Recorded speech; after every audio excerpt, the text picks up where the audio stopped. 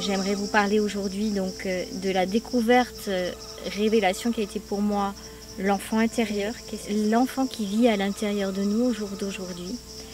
C'est lui qui a engrammé toute notre personnalité, toutes nos souffrances aussi, tous nos ressentis. Et c'est celui qui se manifeste dans notre vie, peu importe l'âge qu'on a.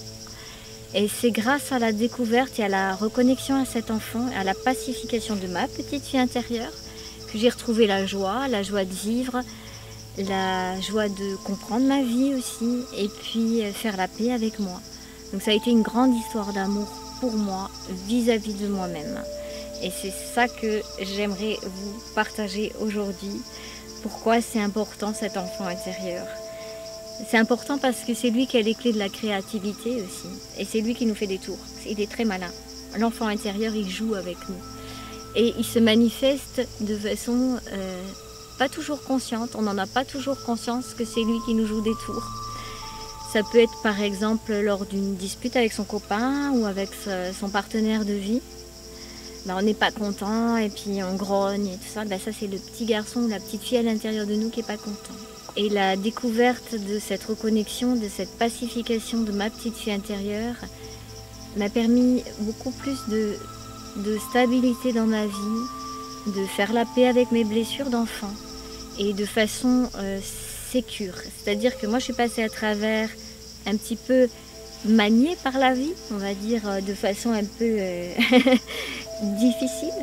Et ce que je propose maintenant aux personnes en accompagnement, c'est justement parce que je suis passée par là, que j'ai découvert ces clés.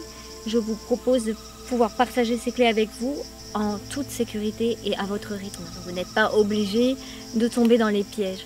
Nous, on a pu découvrir avec mon partenaire de jeu, attention, piège. Donc c'est justement pour ça que je vous le partage, pour vous dire, là, il y a piège. Là, on n'est pas obligé de tomber tous dans les trous.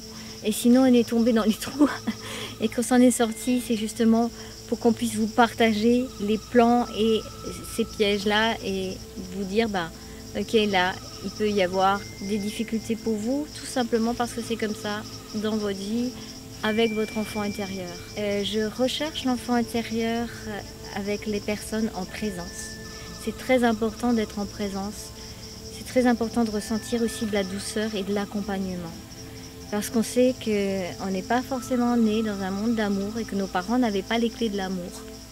Et que ça a été parfois difficile pour nous de se construire en fait. On n'a pas été forcément soutenus et on nous dit ouais, c'est le plus beau, la plus grande et puis ouais, fais ce que tu veux dans ta vie. Ça n'a pas toujours été ça. Et on s'est débrouillé en tant qu'enfant, on a fait ce qu'on a pu. Et ce qu'on a pu, c'est tout ça qu'on va rechercher. C'est tout ça qu'on va aller visiter avec la douceur, parce qu'au jour d'aujourd'hui, l'adulte que nous sommes peut prendre soin de l'enfant que nous étions et que nous sommes encore aujourd'hui.